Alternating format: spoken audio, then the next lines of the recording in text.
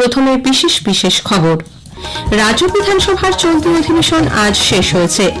4 বিধায়কের সাসপেনশনের প্রতিবাদে বিজেপি আজ বিধানসভার অধিবেশন বয়কট করে। নদিয়ার কালীগঞ্জে বোমা বিস্ফোরণে মৃত তামান্না খাতুনের দেহ আজ সন্ধ্যায় সমাহিত করা হয়েছে।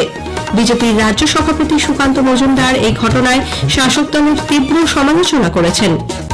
রাজস্থানের ভিওয়ারিতে এ রাজ্যের প্রায় 400 শ্রমিককে বাংলাদেশি সন্দেহে আটক করে রাখার ঘটনায় মুখ্যমন্ত্রী মমতা ব্যানার্জি তীব্র ক্ষোভ প্রকাশ করেছেন।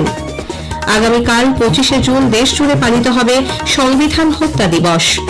কলকাতা হাইকোর্ট সুপার নিউমারারি পদ তৈরি করে কর্মশিক্ষা ও শারীর শিক্ষায় টাকার বিনিময়ে কারো চাকরি হয়েছিল কিনা তা জানতে চেয়েছে। আসছি বিস্তারিত খবরে।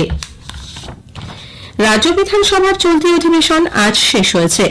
প্রথামাফিক ধন্যবাদ সূচক প্রস্তাব পাঠের মধ্যে দিয়ে অধ্যক্ষ বিমান বন্দ্যোপাধ্যায় অধিবেশন অনির্দিষ্টকালের জন্য মুলতবির কথা ঘোষণা করেন। নিজের সমাপ্তি ভাষণে অধ্যক্ষ শাসক ও বিরোধী পক্ষের বিধায়কদের আরও বেশি করে অধিবেশনে সক্রিয়ভাবে যোগ দেওয়ার আহ্বান জানান। নিজের বিরুদ্ধে ওঠা পক্ষপাতিত্বের অভিযোগ খারিজ করে দিয়ে অধ্যক্ষ বলেন, এই অধিবেশনে মোট 163টি প্রশ্নের মধ্যে 90টি ছিল বিরোধীদের। অতিরিক্ত প্রশ্নের ক্ষেত্রেও বিরোধী বিধায়কদের দ্বিগুণ সুযোগ দেওয়া হয়েছে বলে তিনি জানান। সভায় গতকালের গোলমাল নিয়ে তিনি নিরপেক্ষ তদন্তের আশ্বাস দিয়েছেন। নিরাপত্তা রক্ষীদের ওপর বিজেপি বিধায়কদের হামলা এবং 2 বিধায়কের ঘড়িও চশমা ভেঙে যাওয়ার ঘটনারও তদন্ত করা হবে বলে তিনি জানান। তবে বিরোধী পক্ষের কোনো সদস্য সেই সময় বিধানসভায় উপস্থিত ছিলেন না। বিধানসভার 2 সঙ্গীত শিল্পী সদস্য মন্ত্রী বাবুল সুপ্রিয় এবং অদিতি মুন্সির সঙ্গীত পরিবেশনের মধ্যে দিয়ে অধিবেশনের সমাপ্তি ঘটে। 4 বিধায়কের সাসপেনশনের প্রতিবাদে বিজেপি পরিষদীয় দল আজ বিধানসভার অধিবেশন বয়কট করে বিক্ষোভ দেখায়।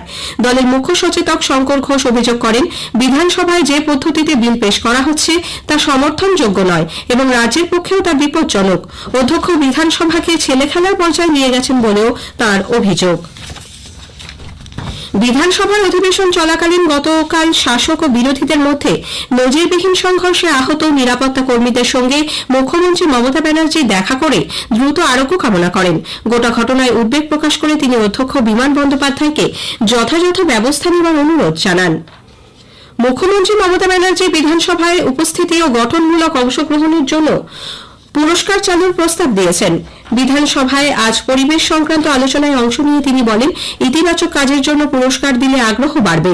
নিয়মিত যারা আসেন, ভালোভাবে অংশগ্রহণ করেন, তাদের স্বীকৃতি দেওয়া উচিত। শুধু বিধায়করাই নন, বিধানসভার কর্মী এবং ইতিবাচকভাবে খবর করা সাংবাদিকদেরও এই পুরস্কারের আওতায় আনার প্রস্তাব দেন মুখ্যমন্ত্রী।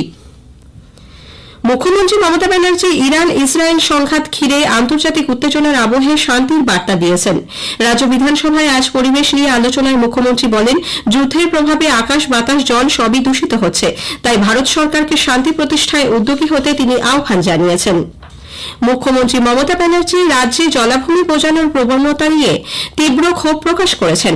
বিধানসভায় আজ পরিবেশ রক্ষা সংক্রান্ত আলোচনায় অংশ নিয়ে মুখ্যমন্ত্রী বলেন, বিশ্ব পরিবেশ রক্ষায় জলাভূমির গুরুত্ব অপরিসীম। নিজ স্বার্থে পুকুর বুঝিয়ে বাড়ি বা নির্মাণ কার্য করলে তাকে অবৈধ নির্মাণ হিসেবে গণ্য করা হবে।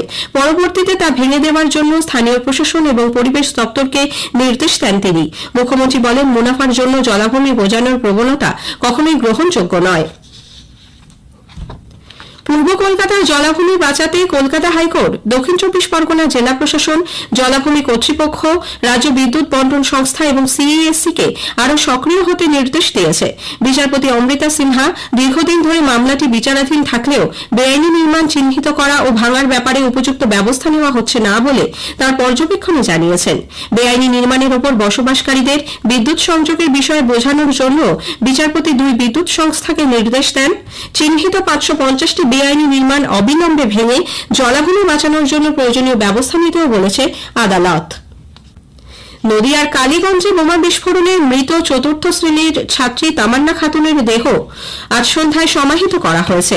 শক্তিনগর জেলা হাসপাতালে ময়নাতদন্তের পর তার দেহ মুলান্দি গ্রামে নিয়ে যাওয়া হলে কান্নায় ভেঙে পড়েন মা, বাবা সহ গোটা গ্রাম। এই ঘটনায় পুলিশ এখনো পর্যন্ত 4 জনকে গ্রেপ্তার করেছে। তাদের আজ আদালতে তোলা হলে আদর শেখ ও মনোয়ার শেখের 6 দিনের পুলিশ হেফাজত এবং কালু শেখ ও আনোয়ার শেখের জেল হেফাজত হয়। মর্মান্তিক এই ঘটনায় ক্ষোভ দানা বেঁধেছে সর্বস্তরে। যুব কংগ্রেস কর্মী সমর্থকরা আজ কলকাতার বিধাননগরে রাজ্য শিশু অধিকার সুরক্ষা কমিশনের দপ্তরের সামনে বিক্ষোভ দেখায়। দোষীদের দৃষ্টান্তমূলক শাস্তির দাবি জানান তারা।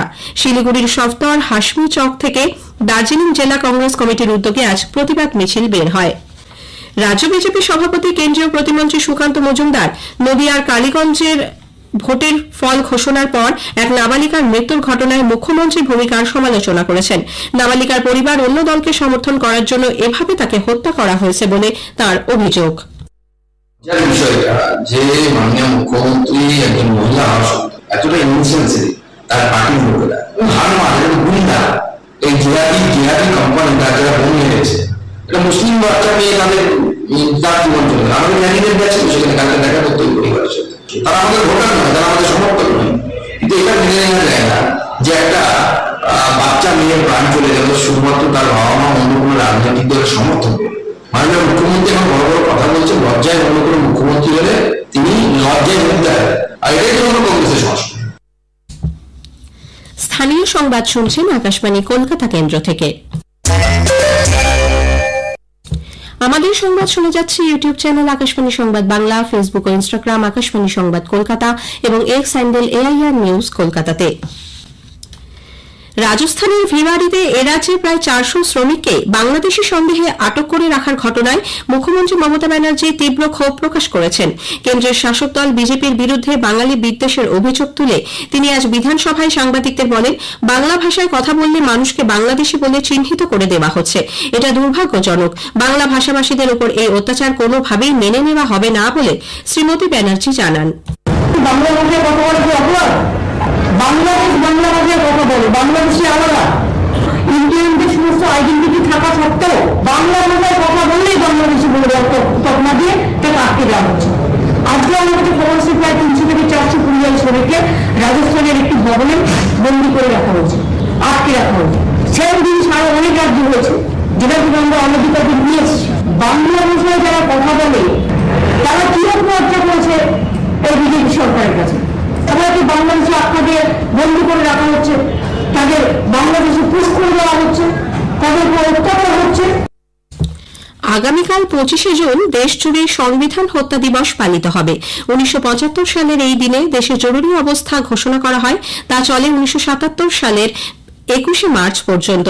এর কারণ হিসেবে অভ্যন্তরীণ গোলযোগকে তুলে ধরা হয়েছিল। প্রধানমন্ত্রী নরেন্দ্র মোদী তাঁর মন কি বাত অনুষ্ঠানে জরুরি অবস্থার ঘোষণাকে ভারতীয় গণতন্ত্রের এক কালো অধ্যায় হিসেবে চিহ্নিত করেছেন। 25 जून की वो रात देश की आत्मा को कुचल दिया गया था। भारत में लोकतंत्र संविधान के पन्नों से पैदा नहीं हुआ है। भारत में लोकतंत्र सदियों से हमारी आत्मा, इस आत्मा को कुचल दिया गया, देश की मीडिया को दबोच दिया गया। কেন্দ্র 1975 সালের এই জরুরি অবস্থা ঘোষণাকে সংবিধান হত্যা দিবস হিসেবে পালনের সিদ্ধান্ত নিয়েছে। বিষয়টি নিয়ে আমরা হাজির হয়েছিলাম বিভিন্ন ক্ষেত্রের বিশিষ্টজনেদের কাছে। অর্থনীতিবিদ সুদীপ্ত গুহ বললেন, এই জরুরি অবস্থা ঘোষণার মাধ্যমে প্রকৃত অর্থে ভারতের সংবিধানকে কলুষিত করা হয়। আমাদের দেশে যেটা হয়, আমাদের যেহেতু সভ্য দেশ, মানুষ রাস্তায় নামে, মানুষ আন্দোলন করে, প্রতিবাদ করে এবং ইন্দিরা গান্ধীকে বাধ্য করে সেই ইমার্জেন্সি থেকে ফিরিয়ে আনতে। এটা একটা চক্রান্ত ছিল এবং সেই চক্রান্তের বেসিসে এই জিনিসটা সেই সময় করা হয়েছিল। এবং এই 2 বছরের সবচেয়ে যে ভিন্ন যে জিনিসটা করা হয়েছে সেটা হলো বাবা সাহেব আম্বেদকরের পবিত্র সংবিধানে অপবিত্র শব্দকে যোগ করা, বাবা সাহেবের সংবিধানকে আবার পবিত্র করা। প্রধানমন্ত্রী নরেন্দ্র মোদী এই মাসের 29 তারিখ আকাশবাণীতে মন কি বাত অনুষ্ঠানে তাঁর চিন্তাভাবনা দেশ বিদেশের মানুষের সঙ্গে ভাগ করে নেবেন। এটি হবে মন কি বাতের 123তম পর্ব। বেলা 11টা থেকে আকাশবাণী এবং দূরদর্শনের সবকটি চ্যানেল ও আকাশবাণীর news on AIR website, mobile app, প্রধানমন্ত্রীর দপ্তর এবং তথ্য সম্প্রচার মন্ত্রকের ওয়েবসাইট ও ইউটিউব চ্যানেলেও মন কি বাত সম্প্রচারিত হবে। কলকাতা হাইকোর্ট সুপার নিউমারি পদ তৈরি করে কর্মশিক্ষা ও শারীর শিক্ষায় টাকার বিনিময়ে কারো চাকরি হয়েছিল কিনা তা জানতে চেয়েছে। প্রাথমিক শিক্ষক নিয়োগ দুর্নীতির তদন্তে CBI এর পেশ করা অতিরিক্ত চার্জশিটে টাকা নিয়ে চাকরি বিক্রির উল্লেখ রয়েছে। কর্মশিক্ষা ও শারীর শিক্ষায় নিয়োগ নিয়ে CBI এর তদন্ত কিছু হয়েছে কিনা বিচারপতি বিশ্বজিৎ বসু আজ আদালতকে তা জানাবার নির্দেশ দেন। শেষ করার আগে স্থানীয় সংবাদের বিশেষ কিছু অংশ আরো একবার। রাজ্য বিধানসভার চলতি অধিবেশন আজ শেষ হয়েছে। 4 বিধায়কের সাসপেনশনের প্রতিবাদে বিজেপি আজ বিধানসভার অধিবেশন বয়কট করে। নদিয়ার কালীগঞ্জে বোমা বিস্ফোরণে মৃত তামান্না খাতুনকে আজ সন্ধ্যায় সমাহিত করা হয়েছে। স্থানীয় সংবাদ শেষ হলো।